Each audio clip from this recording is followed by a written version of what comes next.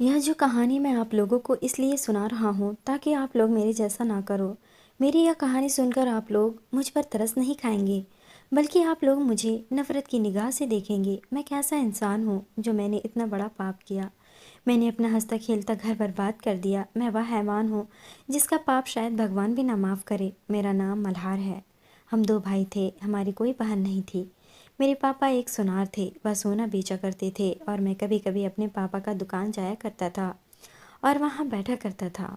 लेकिन मुझे खुद से कुछ करने का शौक़ था। मैं ज़्यादा पैसे कमाना चाहता था। मुझे दुकान में ज़्यादातर बैठना पसंद नहीं था। मेरा छोटा भाई वहाँ बैठ जाया करता था और पापा बैठा करते थे। मैंने सोचा कि इस दुकान में बैठने से अच्छा है कि मैं कोई ऐसा काम करूं जिससे मैं दूसरे तरीके से पैसे कमा सकूं। मेरे दिमाग में कुछ उल्टा चलने लगा था। ज़्यादा पैसे कमाने का भूत सवार हो गया था। मैंने सोच लिया, क्यों ना मैं घर घर जाकर सोने की सफाई करूं। मैं नकली सोने भी बनाऊंगा और असली सोने के साथ बदल भी दूंगा। किसी को पता भी नहीं चलेगा। मेरे दिमाग में ऐसा उल्टा सीधा हरकत चलने लगा और मैंने ऐसा ही करना शुरू किया।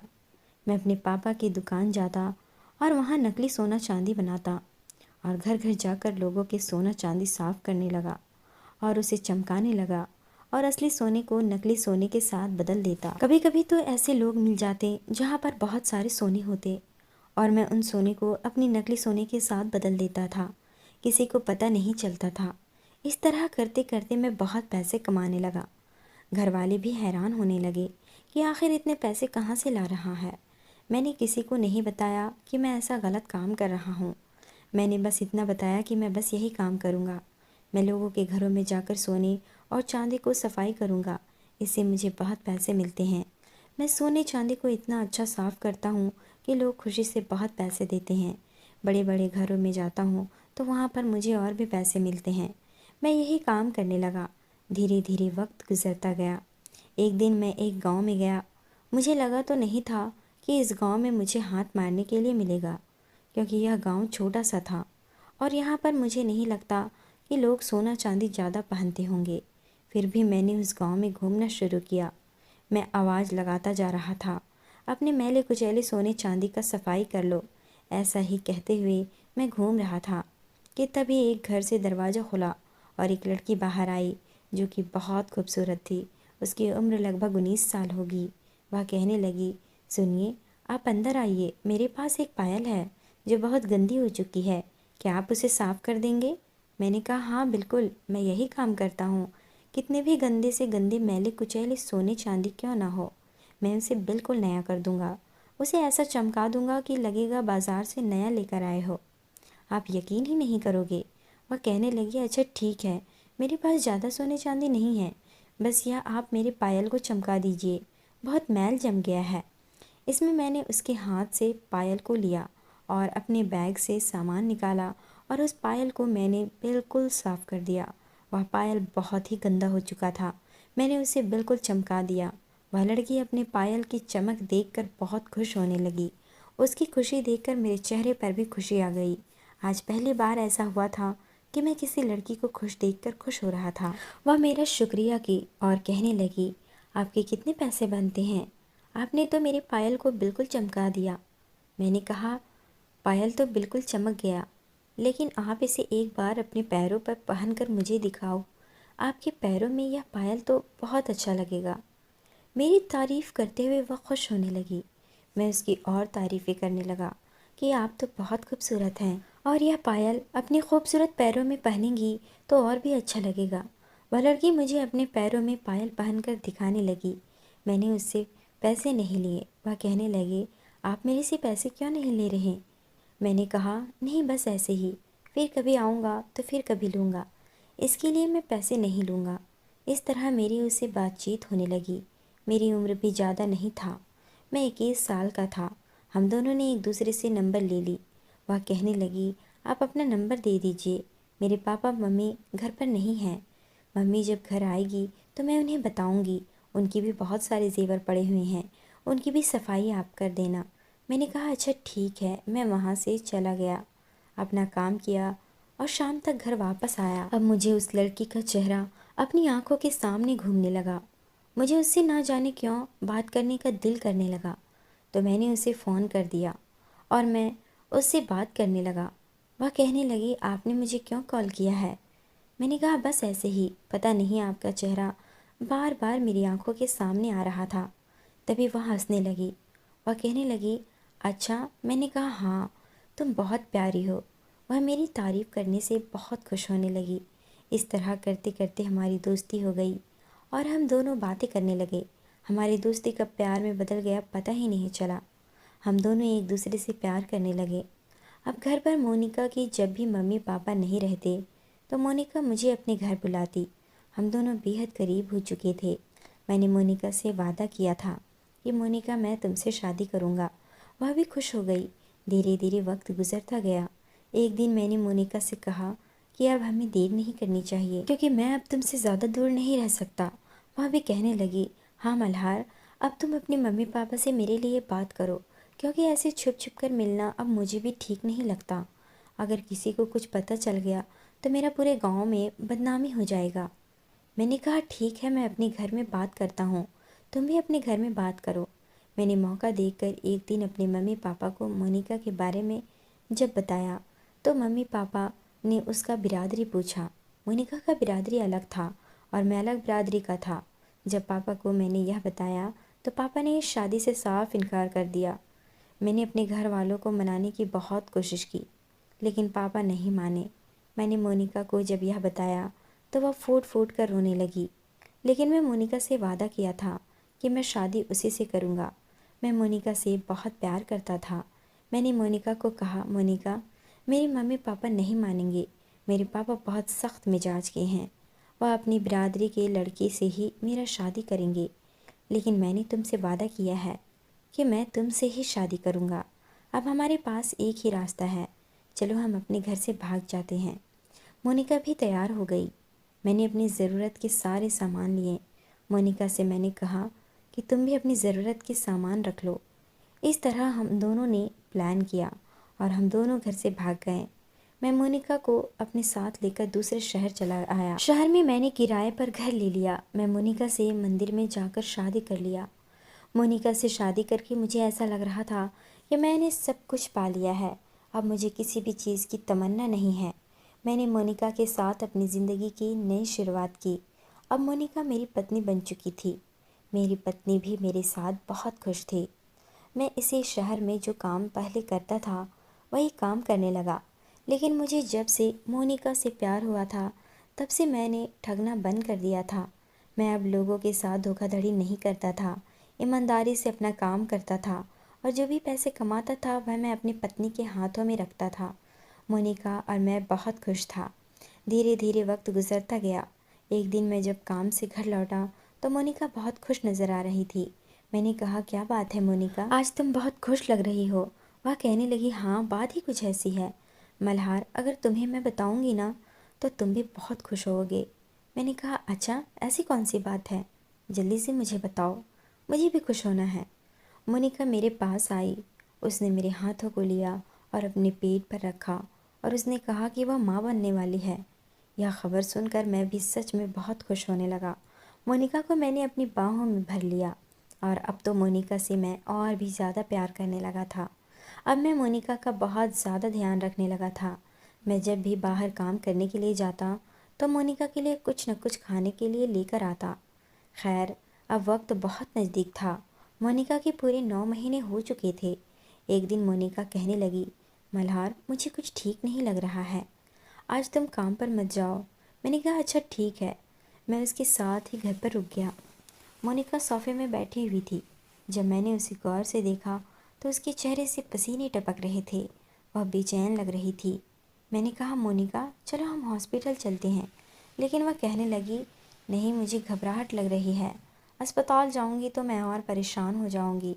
मुझे हॉस्पिटल जाना बिल्कुल भी अच्छा नहीं लगता है। मैं वहाँ पर मरीजों को देखती हूँ तो मुझे और भी बेचैनी होती है। मैंने कहा, लेकिन मोनिका, तुम्हें तो जाना ही होगा। ऐसे हालात में डॉक्टर के बिना कुछ नहीं हो सकता। मोनिका मुझसे बहस करने लगी। तभी अचानक से उसका तबीयत बहुत ज़्यादा ख़राब हुआ। मैं उसे अपने साथ डॉक्टर के पास लेकर चला गया। डॉक्टर मोनिका को चेक करने लगी। थोड़ी देर बाद डॉक्टर जब बाहर आई तो उन्होंने मुझे मुबारकबाद दिया और कहा कि आपका बेटा हुआ है। यह सुनकर मैं बहुत खुश हुआ। मैंने कहा, डॉक्टर, क्या मैं मोनिका से मिल सकता हूँ? उन्होंने कहा, बिल्कुल, सब कुछ नॉर्मल है, आप जाकर मिल सकते हैं। मैं मोनिका के पास गया। मैं अपने बच्चे को गोद में उठाया और उसे बहुत प्यार किया। 2 दिन बाद मैं मोनिका और बच्चे को लेकर अपने घर आ गया। धीरे धीरे मोनिका की तबीयत में सुधार आया और बिल्कुल अच्छी हो गई और अपने बच्चे को संभालने लगी। मैं भी बेफिक्र हो गया और फिर मैं वापस अपने काम पर जाने लगा। वक्त की रफ्तार इतनी तेज़ थी कि कैसे मेरा बेटा 1 साल का हो गया पता ही नहीं चला। लेकिन इस बीच मेरी मुलाकात मालती से हुआ। मालती भी देखने में बहुत खूबसूरत थी। मैं भी नौजवान था। उसने जब मुझसे दोस्ती का हाथ बढ़ाया तो मैंने भी उससे दोस्ती कर ली और मेरी बात मालती से होने लगी। मालती बिन माँ बाप की थी। उसका इस भरी दुनिया में कोई नहीं था। वह अपने मामा के साथ रहती थी। उसकी मामी उसे बहुत सताती थी। अपनी वह जिंदगी में किसी का साथ चाहती थी। मैंने उसे कहा भी था कि मालती, तुम परेशान मत हो, मैं हूं ना तुम्हारा दोस्त, तुम्हारे हर सुख दुख में मैं साथ रहूँगा। जब मैं मालती को तसल्ली देता तो वह नम आंखों से मेरी तरफ देखती और कहती, लेकिन मल्हार, कब तक? तुम्हारी तो खुद पत्नी और बच्चे हैं। तुम्हारी पत्नी मुझसे बात करने के लिए मना कर दी तो तुम तो मुझे छोड़ ही दोगे। तभी मैंने कहा, नहीं, ऐसा नहीं होगा। मेरी पत्नी तुम्हें क्यों छोड़ने के लिए कहेगी? उसे मैं तुम्हारे बारे में कुछ नहीं बताऊंगा और अगर मेरी पत्नी को तुम्हारे बारे में पता भी चल गया तो उसे बता दूंगा। तुम मेरी दोस्त हो। मालती मुझसे बात करके बहुत खुश रहती थी। धीरे धीरे वक्त गुजरता जा रहा था और मेरे लिए मोनिका का प्यार कम होते जा रहा था और मेरा दिल और दिमाग पर मालती ही समाती जा रही थी। हालांकि उसे मैं अपना दोस्त मानता था, लेकिन शायद अब मुझे वह दोस्त से बढ़कर लगने लगी। शायद मुझे मालती से प्यार हो गया था। आगे से मालती ने भी कह दिया कि वह मुझसे प्यार करती है। उसका प्यार का इजहार मेरे पास करना मैं बहुत खुश हो गया था, क्योंकि मालती मुझे बहुत पसंद आने लगी थी। मैंने भी मालती से प्यार का इजहार कर दिया और हम दोनों मिलने लगे। होटल में जाते और रात गुजारते। मैं मोनिका को यह सब नहीं बताता था, लेकिन जब मैं मालती के साथ रात गुजार कर घर जाता तो मोनिका मुझसे 1000 सवाल करती कि तुम रात भर कहाँ थे? मैंने तुम्हें फ़ोन करने की कितनी कोशिश की, तुमने फ़ोन नहीं उठाया। इसका इस तरह सवाल करना मुझे चिड़चिड़ा कर देता था। मैं उसे कोई जवाब नहीं देता था। उसके सवाल जवाब से मैं तंग आ गया था, जिसकी वजह से मैं नशा करने लगा था। मुझे कुछ भी समझ में नहीं आ रहा था। एक तरफ मोनिका थी और दूसरी तरफ मालती थी, जिसे मैं किसी भी कीमत में खोना नहीं चाहता था। इधर मुझे मोनिका से इतना चिढ़ हो गया था कि मैं उसके साथ मारपीट करने लगा। मोनिका मुझसे कहती, मल्हार, आखिर तुम्हें क्या हो गया है? तुम मुझसे इतने रूखे क्यों हो गए हो? मुझसे सही से बात भी नहीं करते हो, मुझे वक्त भी नहीं देते हो, रात रात भर बाहर रहकर रात गुजार कर आते हो, तुम्हें क्या हो गया है? उसके ऐसे सवालों से मैं उस पर हाथ उठा देता, कहता कि दूर हट जाओ मेरी नज़रों से और दोबारा ऐसा सवाल मत करना। तुम होती कौन हो मुझसे ऐसे सवाल करने वाली? इतना कहकर मैं अपने कमरे में चला गया और दरवाज़ा बंद कर दिया और मैं बेफिक्र होकर सो गया। सुबह जब मेरी नींद खुली तो मैं बाहर निकला। बाहर मोनिका नहीं थी। मैंने मोनिका को आवाज़ लगाया, लेकिन मोनिका कहीं भी नज़र नहीं आ रही थी। मोनू भी कहीं नज़र नहीं आ रहा था। मुझे कुछ भी समझ में नहीं आ रहा था कि मैं मोनिका को कहाँ ढूंढूं। पूरा दिन मैं मोनिका का इंतज़ार करता रहा। रात के करीब 7 बजे के आसपास मोनू को लेकर घर आई। वह जैसे ही घर आई मैं उस पर चीखने लगा। मैंने कहा, तुम कहाँ गई थी मुझे बिना बताए? तभी वह कहने लगी, तुम भी तो बिना बताए कहीं भी चले जाते हो, रात रात भर बाहर रहने लगे हो। एक दिन मैं घर से क्या गायब हुई? तुम्हें बहुत परेशानी हो रही है। मैंने कहा, ज़्यादा जुबान मत चलाओ, सीधे से बताओ तुम दिन भर कहाँ थी? मैं तुम्हारा कब से इंतज़ार कर रहा था। मैंने तुम्हें कहाँ कहाँ नहीं ढूंढा। तभी वह कहने लगी, अच्छा चीखना बंद करो, चलो आओ कमरे में बैठकर बात करते हैं, आज मैं बहुत खुश हूँ। मैंने कहा, क्यों, ऐसा क्या हो गया? तभी वह कहने लगी, पता है आज मैं बहुत हिम्मत जुटाकर अपने मम्मी पापा के घर गई थी। तभी मैंने कहा, क्या? तो तुम्हारे माँ पापा तुमसे मिले? वह कहने लगी, हाँ, मैं जब वहाँ गई तो माँ पापा तो बहुत नाराज़ थे मुझसे, लेकिन मैंने उनसे माफ़ी मांगी। हमने तो गलती की थी ना मल्हार, हमें इस तरह घर से नहीं भागना चाहिए था। मैंने अपनी गलती को अपने माँ पापा के पास मानी। पहले तो वह लोग मुझसे बहुत नाराज़गी दिखाएं, लेकिन मोनू को देखकर माँ मोनू को गोद में लिए बिना नहीं रह पाई। पापा ने भी मुझे गले से लगा लिया उनकी आंखों में आंसू था। उन्होंने मुझे माफ़ कर दिया। यह देखो, पापा ने मेरे हाथों में कुछ रुपए भी दिए हैं। तभी मैंने कहा, चलो ठीक है, अच्छी बात है। अगर तुम्हारे माँ पापा तुम्हें माफ़ कर दिए हैं तो देखो, मैं दिन भर बहुत परेशान था। जल्दी से कुछ खाना बना लो, मुझे बहुत भूख लगा है। मोनिका जल्दी से किचन में गई और उसने खाना बनाया। मैं जल्दी से खाना खाया और सोने के लिए लेटा। मोनिका मोनू को दूसरे कमरे में सुलाकर मेरे पास आई और मेरे करीब आने की कोशिश करने लगी। मैंने कहा, यह तुम क्या कर रही हो? तभी वह कहने लगी, यह कैसा सवाल कर रहे हो मल्हार? तुम मेरे पति हो। क्या मेरा मन नहीं करता कि तुम मुझसे प्यार करो? कितने दिन हो गए हम दोनों को पास आए हुए। मैंने कहा, ठीक है, फिर कभी। आज मैं बहुत थक गया हूँ। दिन भर मैं बहुत परेशान था। तुम बताकर भी नहीं गई थी। मैं सोना चाहता हूँ। इतना कहकर मैं बेड के दूसरी तरफ करवट लेकर सो गया। मेरे ऐसा करने पर मोनिका उदास हो गई थी, लेकिन मुझे मोनिका का उदास होना, खुश होना, इससे कोई फ़र्क ही नहीं पड़ने लगा था। मुझे सुबह होने का इंतज़ार था, क्योंकि आज मैं दिन भर मालती से बात नहीं किया था।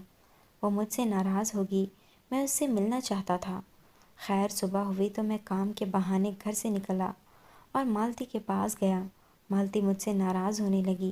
कहने लगी, कल तुमने दिन भर मुझसे बात नहीं की। मैंने कितना फ़ोन किया तुम्हें, तुमने फ़ोन भी नहीं उठाया। अब तो मुझे डर लगने लगा है कि कहीं तुम मेरा साथ ना छोड़ दो। मैंने कहा, नहीं मालती, मैं तुम्हारा साथ कभी नहीं छोड़ूंगा। तभी वह कहने लगी, मल्हार, मुझसे शादी कर लो। मैं तुमसे शादी करना चाहती हूँ, तुम्हारे साथ रहना चाहती हूँ। मैंने मालती से कहा, मैं भी अब तुम्हारे बिना नहीं रह सकता। मालती, मैं कुछ सोचता हूँ। मैं उससे मिलकर घर आ गया और मैं सोचने लगा कि मैं क्या करूँ। मोनिका मुझे कभी दूसरी शादी नहीं करने देगी। वह अपना सौतन कभी बर्दाश्त नहीं करेगी।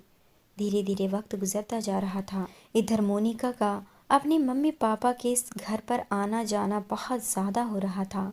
वह हफ्ते में 1-2 बार अपने घर चली जाती। अपने माँ बाप से मिलकर ढेर सारा सामान लेकर आती। मोनिका अपने माँ बाप से जब भी मिलती तो बहुत खुश रहती। एक दिन मैं मालती से फ़ोन पर बातें कर रहा था। मालती बहुत रो रही थी। वह कहने लगी, मल्हार, कुछ करो, मुझे बचा लो। मेरे मामा मामी मेरी शादी 55 साल के बुढ़े से कर देना चाह रहे हैं। वह बुढ़ा बहुत अमीर आदमी है। वह लाखों रुपए मेरे मामा और मामी को दे रहा है। अगर तुम मुझे यहाँ से नहीं लेकर जाओगे तो मेरे मामा उस बुढ़े से मेरी शादी कर देंगे। मैं उसे तसल्ली देने लगा कि मैं ऐसा कुछ नहीं होने दूंगा, लेकिन मालती, मुझे कुछ समझ में नहीं आ रहा है कि मैं क्या करूं। तभी उधर से मालती कहने लगी, मल्हार, तुम मोनिका से बात करो। मैं मोनिका के साथ भी रहने के लिए तैयार हूँ। बस मुझे अपनी ज़िंदगी में थोड़ी सी जगह दे दो। मैंने कहा, मालती, मोनिका तुम्हें कभी नहीं अपनाएगी। वह अपनी सौतन के रूप में तुम्हें कभी भी बर्दाश्त नहीं करेगी। इतना कहकर मैं पीछे मुड़ा ही था कि मेरी नज़र दरवाजे पर पड़ा। मोनिका सामने ही खड़ी थी। मोनिका को देखकर साफ पता चल रहा था कि वह मेरी सारी बातें सुन चुकी है। उसकी आंखों में आंसू था। वह मुझ पर चीखने लगी। कहने लगी, मल्हार, तुम किसी लड़की से बात कर रहे थे ना? मतलब तुम मुझे धोखा दे रहे हो। तुम मेरे अलावा किसी दूसरी औरत से भी रिश्ता रखे हो। तुमने मेरे बारे में नहीं सोचा। तुमने मोनू के बारे में नहीं सोचा। इतना कहकर मोनिका फूट फूट कर रोने लगी। मोनिका को सब कुछ पता चल गया कि यह जो मेरा बदला हुआ व्यवहार है, मेरा उसके साथ उखड़ा हुआ रहना, यह सब किसी तीसरे की वजह से हो रहा है। मोनिका रोना धोना शुरू कर दी। मुझसे लड़ना शुरू कर दी कि तुम मेरे साथ ऐसा कैसे कर सकते हो, तुम मुझे धोखा कैसे दे सकते हो। मैंने तुम्हारे लिए क्या कुछ नहीं किया। मैंने अपने घर परिवार वालों को धोखा दिया और तुम्हारे साथ भाग गई। मैंने तुम पर कितना भरोसा किया। आज तुम मुझे मेरे वफा के बदले ये दे रहे हो। मैं तुम्हें कभी माफ़ नहीं करूँगी। वह मुझे धमकियाँ देने लगी और कहने लगी, तुम जैसे धोखेबाज को मैं कभी माफ़ नहीं करूँगी। मैं तुम्हें जेल में चक्की पिसवाऊँगी। तुमने मुझे धोखा दिया। तुमने सोचा भी कैसे मुझे धोखा देने का। इतना कहकर मोनिका मोनू को लेकर अपनी मम्मी के घर चली गई और वह नहीं आई। मैंने मोनिका को बहुत फ़ोन किया, लेकिन उसने मेरा फ़ोन नहीं उठाया। मैं उसका इंतज़ार करता रहा, लेकिन वह नहीं आई। दूसरे दिन मालती का फ़ोन आया और वह मुझ पर गुस्सा करने लगी और कहने लगी, आज के बाद तुम मुझसे मिलने के लिए कभी मत आना। आज के बाद तुम अपनी शक्ल भी मत दिखाना। तुम्हारे ससुर की इतनी हिम्मत कि वह मेरे घर आया था। उसने मुझे धमकी दी। उसे मेरे बारे में कैसे पता चला, इसका मतलब तुम्हारी पत्नी ने मेरा सब कुछ पता लगा लिया, मेरा एड्रेस तक निकाल लिया। मेरे मामा को सब कुछ पता चल गया। वह कल ही मेरी शादी मंदिर में करना चाह रहे हैं, उसी बुढ़े के साथ। मालती का इतना कहना था कि मुझे बहुत गुस्सा आया। मैंने कहा, मालती अब बस, बहुत हुआ। मैं आ रहा हूँ तुम्हें लेने के लिए, तुम घर से बाहर निकलो। मैं उसी वक्त मालती को लेने के लिए चला गया और मैं मालती को अपने साथ लेकर घर आ गया। मालती मुझसे कहने लगी, मल्हार, पर मैं ऐसे तुम्हारे साथ इस घर में नहीं रह सकती। मैं तुम्हारी पत्नी बनकर इस घर में रहना चाहती हूँ। मैंने मालती के मांग में सिंदूर भर दिया और उसे अपनी पत्नी बना लिया। मैंने मोनिका के बारे में ज़रा सा भी नहीं सोचा। मालती मेरी पत्नी बन चुकी थी। मोनिका इस घर को छोड़कर जा चुकी थी। मैं और मालती इस घर में बिल्कुल अकेले थे। मालती मेरे सीने से लग गई। मैं भी मालती के बेहद करीब हो गया। लगभग 1 हफ्ते तक मोनिका घर नहीं आई और मैं मालती के साथ इधर बहुत खुश था कि तभी एक दिन अचानक से मोनिका मोनू को लेकर घर आई। मोनिका को उम्मीद नहीं था कि मैं ऐसा भी कुछ करूँगा। जब उसने मेरे सामने खड़ी मालती को देखा तो गुस्से से उसकी आंखें लाल हो गई। उसकी आंखों में आंसू भरा हुआ था। वह मेरे पास आई और मेरा गिरेबान पकड़कर मुझे झिंझोड़ कर कहने लगी, मल्हार, मैं कभी सोच भी नहीं सकती थी कि तुम मेरे साथ ऐसा करोगे। जब मैं घर छोड़कर गई थी तो मुझे इंतज़ार था। मुझे लगा था कि तुम्हें अपनी गलती का एहसास होगा और तुम मुझे लेने के लिए ज़रूर आओगे। मेरे लिए ना सही, अपनी बेटे के लिए सही, लेकिन तुम्हें तो अपने बेटे का भी परवाह नहीं है। इतना कहकर मोनिका मालती के पास गई और उसने खींचकर मालती को थप्पड़ मार दिया। मालती को यह सब बर्दाश्त नहीं हुआ और उसने मोनिका को ऐसे धक्का दिया कि मोनिका का सर दीवार में जाकर लगा, जिसकी वजह से मोनिका वहीं पर गिर गई। उसके सर में बहुत गहरी चोट आई। मैं दौड़कर मोनिका के पास गया। यह देखकर मैं हैरान हो गया कि मोनिका की सांसें नहीं चल रही थी। मैंने मोनिका को जगाने की बहुत कोशिश की, लेकिन शायद मोनिका अब हमारे बीच नहीं रही थी। मैंने मालती की तरफ देखा और उससे कहा, मालती, ये तुमने क्या कर दिया? मोनू भी अपनी माँ को इस तरह ज़मीन पर पड़ा हुआ देखकर वह भी दौड़ कर आया। वह अपने नन्हे नन्हे हाथों से अपनी माँ को उठा रहा था। जब मैं अपने बेटे को देखा तो मेरा दिल वहीं फट कर रह गया। मुझे कुछ भी समझ में नहीं आने लगा कि मैं क्या करूं। ऐसा लगा कि मेरा मरा हुआ दिल अचानक से ज़िंदा हुआ। मेरा बेटा का मासूम चेहरा मेरी आंखों के सामने उभरने लगा कि मैंने एक बच्चे को उसकी माँ से अलग कर दिया। मैंने एक बच्चे से उसकी माँ को दूर कर दिया। इस बच्चे का क्या कसूर था? मैं बिल्कुल खामोश हो गया। मोनिका अब हमारे बीच नहीं रही थी। जब मोनिका के पापा को पता चला कि मोनिका अब हमारे बीच नहीं रही तो वह मेरे पास आए और उन्होंने मेरा गिरेबान पकड़ लिया। उन्हें भी सब पता चल गया था कि मैंने दूसरी शादी कर ली। मोनिका के पापा ने मेरे और मालती के ऊपर केस कर दिया कि हम दोनों ने मिलकर मोनिका को मारा है। पुलिस जब हमें गिरफ्तार करने के लिए आई तो मालती उन पुलिस वालों के सामने मालती कहने लगी कि सर, मैं बेकसूर हूँ, मुझे छोड़ दीजिए। इसने अपनी पत्नी को मारा है, इसने मेरी भी ज़िंदगी बर्बाद कर दी। मैंने मालती को एकटक देखा और कहा, मालती, यह तुम क्या कह रही हो? तभी वह कहने लगी, सही कह रही हूँ, तुमने अपनी पत्नी को मारा है। वह चीख चीख कर कह रही थी। मेरी आंखों से टप टप आंसू गिरने लगा कि मैंने इस औरत के लिए अपनी पत्नी को धोखा दिया। खैर, इसके लाख कहने पर पुलिस ने इसे नहीं छोड़ा और हम दोनों को गिरफ्तार करके ले गए। मेरी आंखों में सिर्फ मेरे मासूम बच्चे का चेहरा था जो अपने नाना के गोद में था। मैं आंखें भरकर अपने बच्चे को देखा। उसको देखकर मेरा दिल फटा जा रहा था। मैंने अपने बच्चे के सर से माँ और बाप दोनों का साया छीन लिया था। मेरे पास अब पछताने के अलावा और कुछ भी नहीं था। मैंने एक लड़के की खातिर अपना हंसता खेलता घर बर्बाद कर दिया। जेल में बैठकर मैं अपनी पत्नी से हर पल माफ़ी मांगता हूँ। कोर्ट में जब मुझे ले जाया गया तो मैंने जज से कहा कि जज साहब, मैंने अपनी पत्नी को नहीं मारा है, लेकिन आपसे विनती है कि आप मुझे सख्त से सख्त सज़ा दें। आप मुझे ऐसी सज़ा दें कि मेरी रूह कांप जाए, क्योंकि मैंने अपनी वफ़ादार पत्नी को बहुत तड़पाया है। वह मेरा हकीकत जानकर भी मुझसे वफ़ा की उम्मीद की थी, लेकिन मैं अपनी पत्नी को ना समझ सका। दोस्तों, ये थी मेरी कहानी। मैं आप लोगों को ये कहना चाहूँगा कि किसी दूसरी औरत के लिए कभी भी अपनी पत्नी को धोखा ना दें। उम्मीद करती हूँ आपको हमारी कहानी पसंद आई होगी। कहानी पसंद आई है तो वीडियो को लाइक और चैनल को सब्सक्राइब ज़रूर करें।